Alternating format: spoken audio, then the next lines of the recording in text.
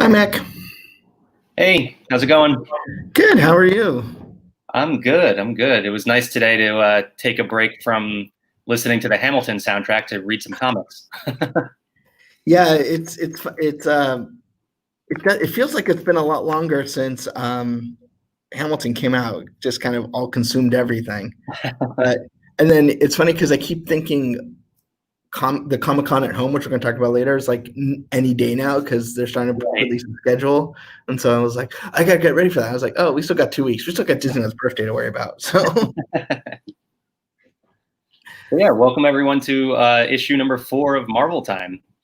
We got some new comics to talk about today, and then of course some Marvel news from the past 2 weeks or so, I guess, since the last time that we got together to talk. yeah, and this is our last. We're going weekly now, right? Yeah. Next week we kick off Empyre, actually. That's exciting. And actually, one of my favorite issues this week tied into Empyre. Yeah, that was a good one. You want to start off with that one? Let's do that.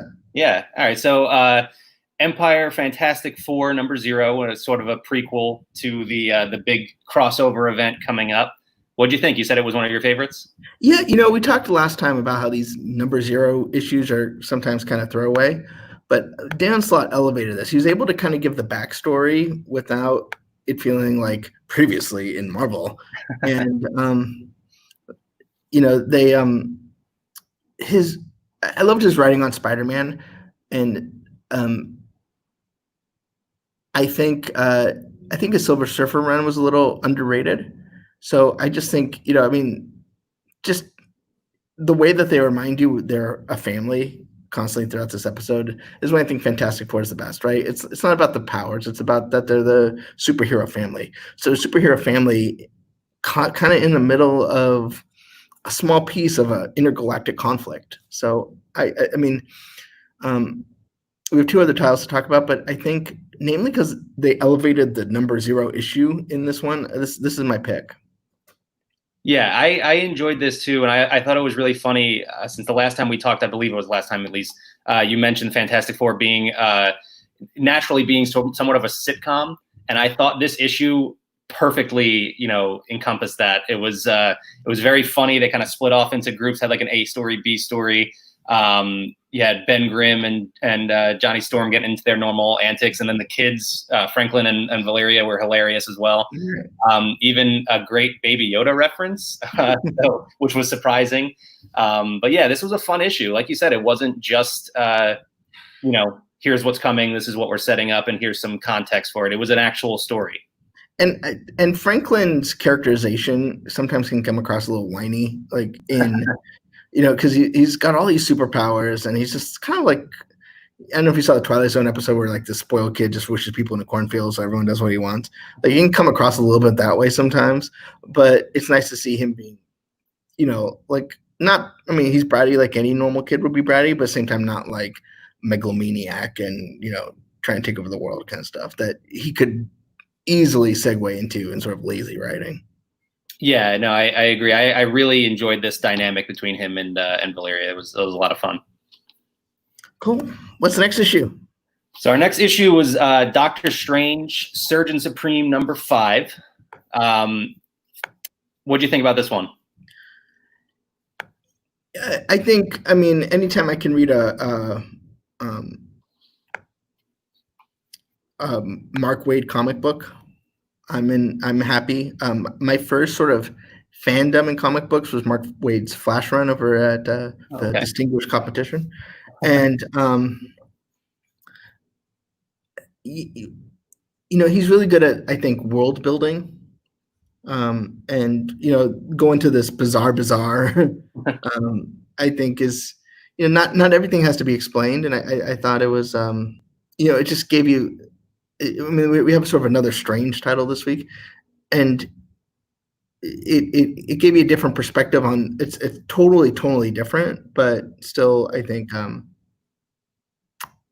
interesting in a way that is, if you're familiar with him from the MCU, it's the same kind of guy, but done in a completely different universe.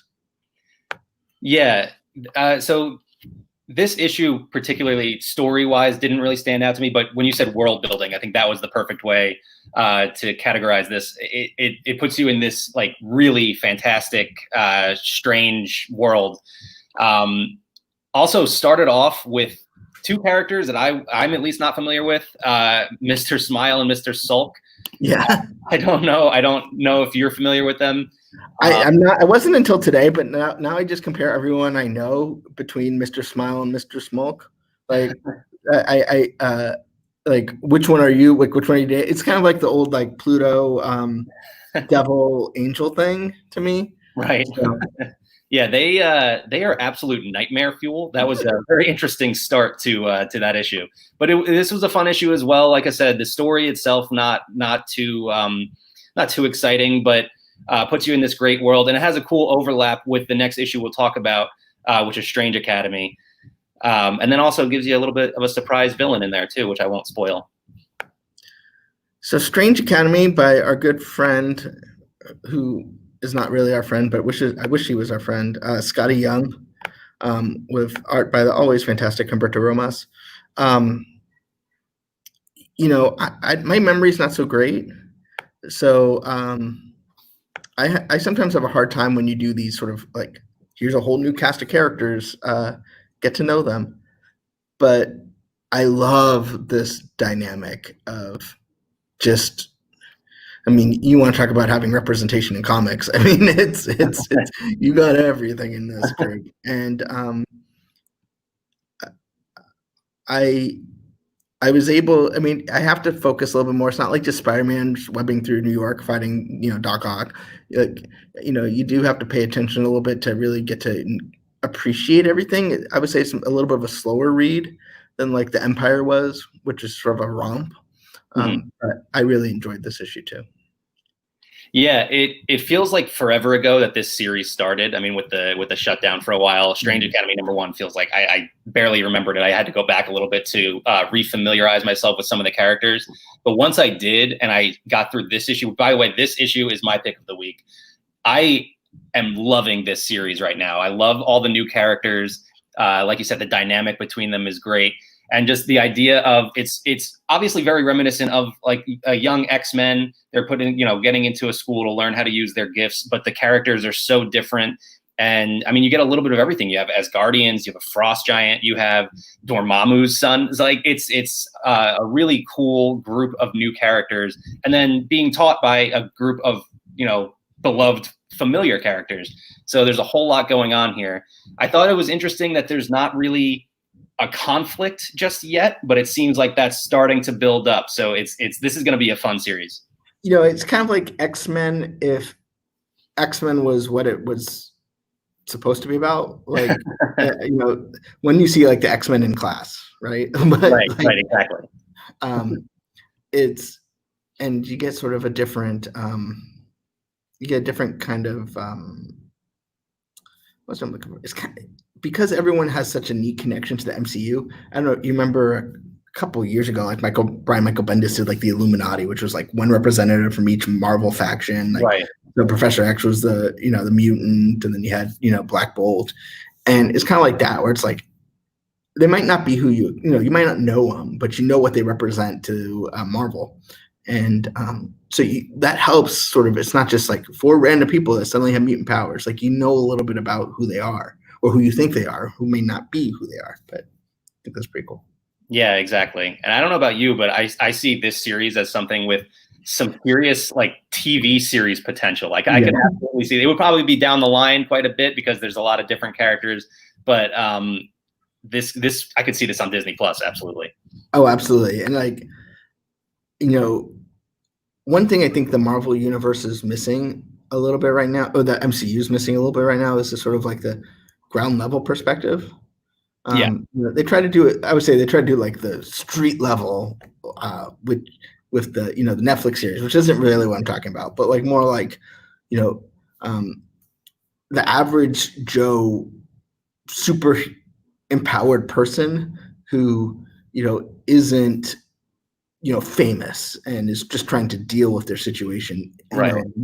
I think the X-Men sort of franchise did that pretty well with that show that was on Fox a couple seasons ago, The Gifted. Oh, right. Yes. Yeah. But I think there's a potential for something like this. Definitely. I don't know what form, like as a TV series or, animated or what have you. But yeah, I agree with you. I think Miss Marvel will probably be the first series that gives us something like that. But Strange Academy, I think, would be fantastic. And it's, I know like most of these Disney Plus shows are like 6 episodes or 8 episodes, but like I would just love to see like a total like 20 episode season of this. Yeah, because definitely. when you have, you want to see the minutia. Like you just don't want like a movie, like a long movie chopped up into 6 parts. You want like, I go to work. Here's the crazy that happened today. Maybe some connectivity, but like kind of like, like a typical like high school Saved by the Bell kind of thing, Yeah, no, that's exactly what I had in mind, was because this issue was mostly that just them going through their first day of classes, and that would be great to see in an episode. All right, so those were the 3 comics. You said your pick of the week was Empyre? Yeah, I would say so. I loved Doctor Strange Academy #2 as well, but maybe just because like Strange Academy 1 is like one of the most recent comics I read. Like I just feel like it's a great second chapter, but it wasn't. I feel like I just recognized it. Right. Yeah, in terms of like an ongoing series, Strange Academy is definitely at the top of my list. Cool. All right, so let's jump into some of the news. And again, it's been 2 weeks now, so there's been all kinds of different news all over the place. But the Marvel X RockLove Black Widow collection was announced. I will not claim to be an expert on jewelry, but some of these pieces look really cool. Yeah, it kind of, not to convey any sort of stereotype, but sometimes these things make me wish I was a girl. It's like it just. They don't tend to make stylish men's clothes. And not that I'm stylish, but like sometimes it would be cool to not be able to convey my fandom beyond a t-shirt. Like Her Universe does those great things. It's like I'd love to have like a Her Universe like button-down shirt or like something a little classier for when those rare occasions when I feel the need. Especially since like where I really feel it is when I go to like a Comic-Con, when I feel like I need to dress up a little bit just so I feel better about myself. Not because I'm at a Comic-Con, but like you're running ragged. Like you just want when you dress up, you feel a little bit better. Like you feel a little healthier. So I appreciate that girl fandom has not been properly merchandised for so long, and it's so great to see them getting RockLove does great Star Wars stuff, Disney stuff, so it's great that they have a chance.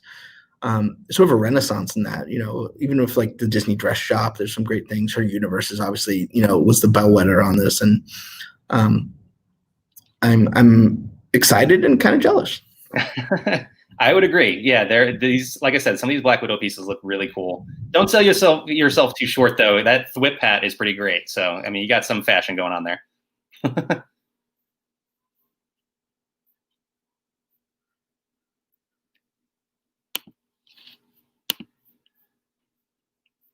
It looks like we have some technical issues.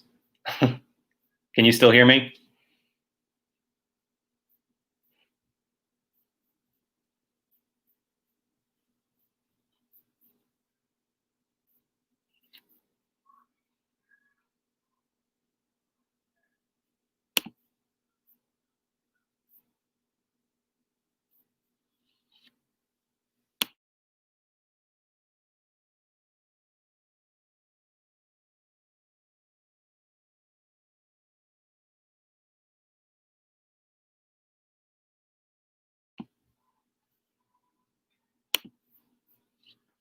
All right.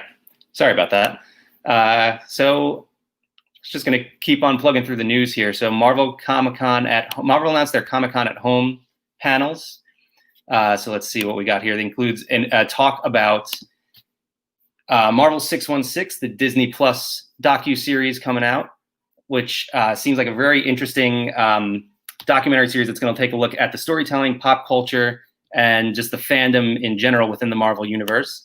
feels like that was announced so long ago at this point. So at this point, I'm just really looking forward to finally seeing it. What else we got? The Marvel HQ panel, which will take place on Thursday, July 23rd, which is the same day as the 616 panel. And that just looks at the Marvel HQ YouTube channel, which is basically the home for younger Marvel fans with animated series and stuff like that. And then, of course, the next big thing, the Marvel Comics Next Big Thing panel, which will focus heavily on X of Swords, the big upcoming X-Men crossover event, which was announced way back at C2E2 back in February.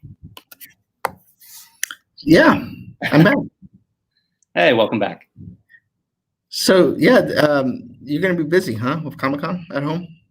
Yeah, well, hopefully. I mean, I'm excited about some of the stuff that's been announced so far. I was kind of hoping for a few more things here and there, but we won't go too into that. Obviously, I guess with it not being a big in-person event, they're going to hold off some major announcements, I guess. Yeah, I'd be curious to see what they, we don't necessarily know until they announce it, what everything that's going to be there. And they just did Wednesday at this point, so we're pretty sure Marvel Studios won't be there, but Marvel Studios is kind of hit and miss with coming to Comic-Con anyway. Right. And, they typically don't do it if they've already covered the property previously. So they already did Inhumans at last year's Comic-Con. So I should say it's not a super surprise that they're not there this year, but I don't know, if Disney Studio, like if Lucasfilm is going to do anything. But I'm excited for the Disney Plus stuff because, it's just nice to have content. Yeah, definitely. And like I said, 616, I feel like I remember hearing about that so long ago. At this point, I'm ready for it to come out. And it sounds like a very interesting concept too. Yeah, what's weird though is they announced this Marvel Storyboards show, and there was supposed to be a presentation at C2E2, and then that got canceled, and I haven't heard anything since. But now we're hearing about Marvel 616, which is a different show, but it's just like now I'm curious to know what happened with Marvel Storyboards. Right. But yeah, so we'll be covering it, not just Marvel, but any sort of Disney branded or not branded Disney company presentations. Then we'll be coming in kind of like with this, in the grout in between the different presentations, so we can talk about what they've announced, what they talked about. We'll figure that out a little bit as they announce the schedules moving forward. But follow us, ring the bell on YouTube, so you can see, and please share your comments, so that we can, have a conversation about what's happening. Yeah, definitely looking forward to Comic-Con at home. The biggest Marvel news, at least for me, the one that got me the most excited over the past 2 weeks, has been the announcement of Marvel publishing new Alien and Predator comics. What are your thoughts on that? So I think it's obvious, right? Like now that Disney owns Marvel and Disney owns Alien and Predator. Now I say that, but obviously Marvel doesn't publish the Disney comics like, Scrooge McDuck and stuff like that. So, but these, I guess Marvel won't be complete till Disney purchases everything that Dark Horse has a license to. And yeah, I mean, I'm not a huge Alien Predator fan. I'm intrigued by them, but I'm just not super into horror. Mm-hmm. So, but I'm excited that, to me, Marvel Comics should always be more than the Marvel Universe. Just so I know they're doing like obviously Star Wars, but Conan and other things. Mm-hmm. So, I'm glad that they can tell other stories through the comic medium. There's no reason comics only have to be about superheroes, and I'm glad that it provides some diversity. And I think a lot of times those comics bring in new talent, which then contribute great stuff to, Marvel proper, or even like, there's comic book writers who are doing Star Wars novels now and so on and so forth. So, yeah. You? Yeah, like I said, I was very excited about this. I wouldn't say I'm the biggest Alien or Predator fan. I love the movies. The Predator to me is the coolest sci-fi thing anybody's ever thought up. It's just such a great character. The thing I was most intrigued about was when I saw the news at first, I thought, okay, awesome, original Alien Predator stories, completely separate from anything else. And then the Predator art, he's on Avenger Tower holding Iron Man's mask or helmet. I'm not entirely sure what's going to be happening there. If there's going to be some sort of crossover, that would be amazing. I'm not sure, though. I'm excited to see what happens. Yeah, and I don't know that they know, right? Like, this was obviously done because, for sort of legal reasons where they're transferring the license over, so they don't want to, they want people to know what's happening before, Dark Horse solicits like final issue. But Conan, they do Conan, like sort of like main Conan titles, but then Conan is now part of the Marvel universe as well. So you never know.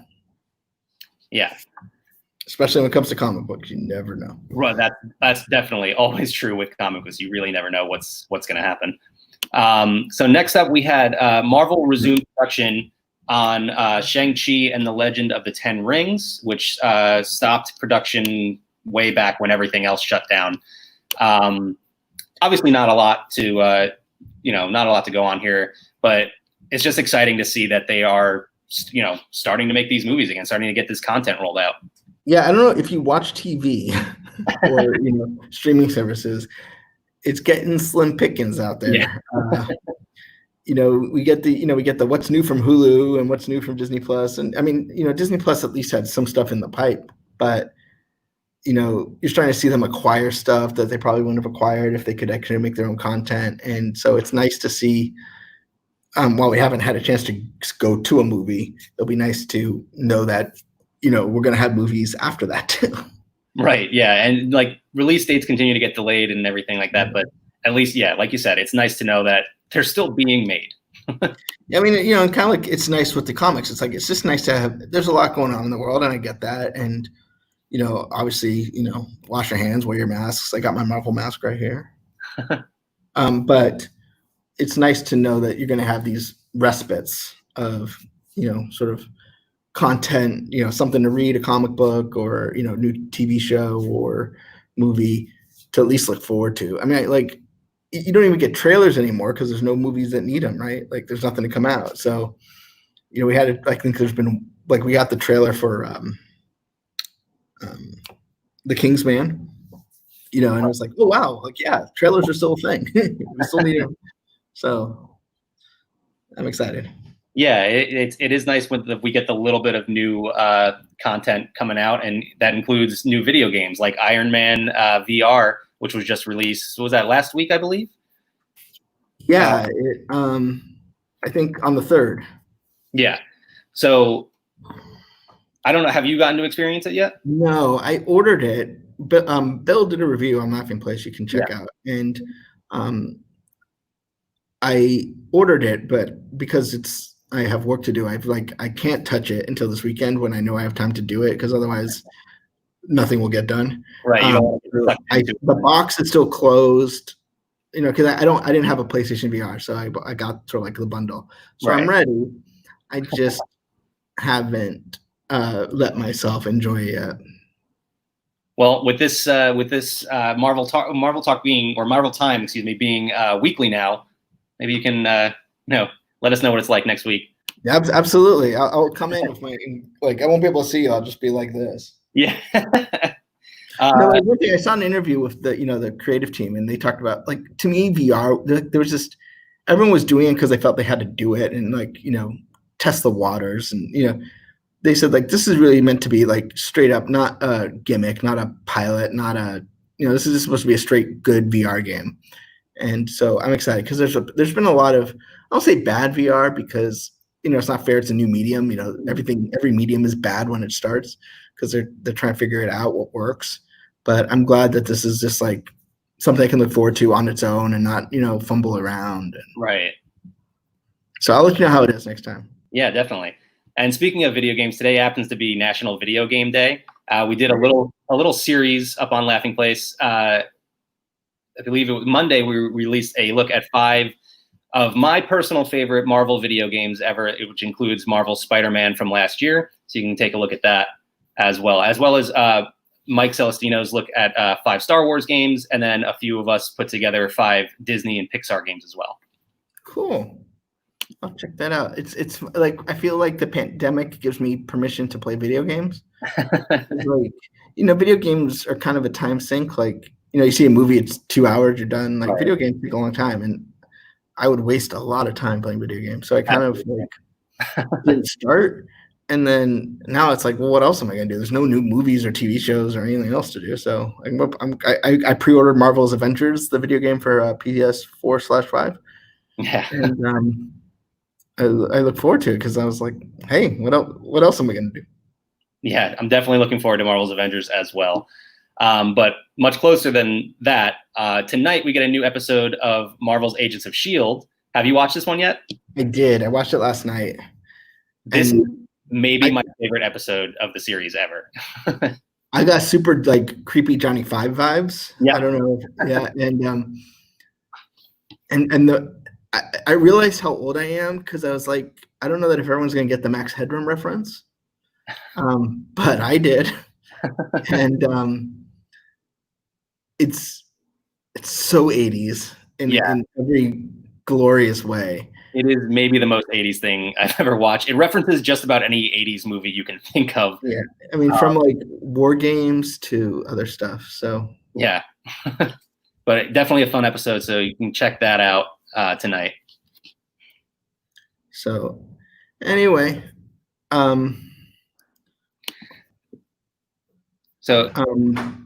that's about it, right? Yeah, that wraps up. I don't know if you had any other Marvel news you wanted to touch on. No, just follow us for Comic-Con stuff that's going to be coming. And then we'll be back next week with 3 new comics, and we'll including the part of Empyre, finally. Yeah. The road to Empyre has been really long, of no fault of its own. Yeah, I've been building towards Empyre for the longest time now. I'm so ready to get it started. Yeah. Well, thanks, Mac. Talk to you later. Have a good one. Bye.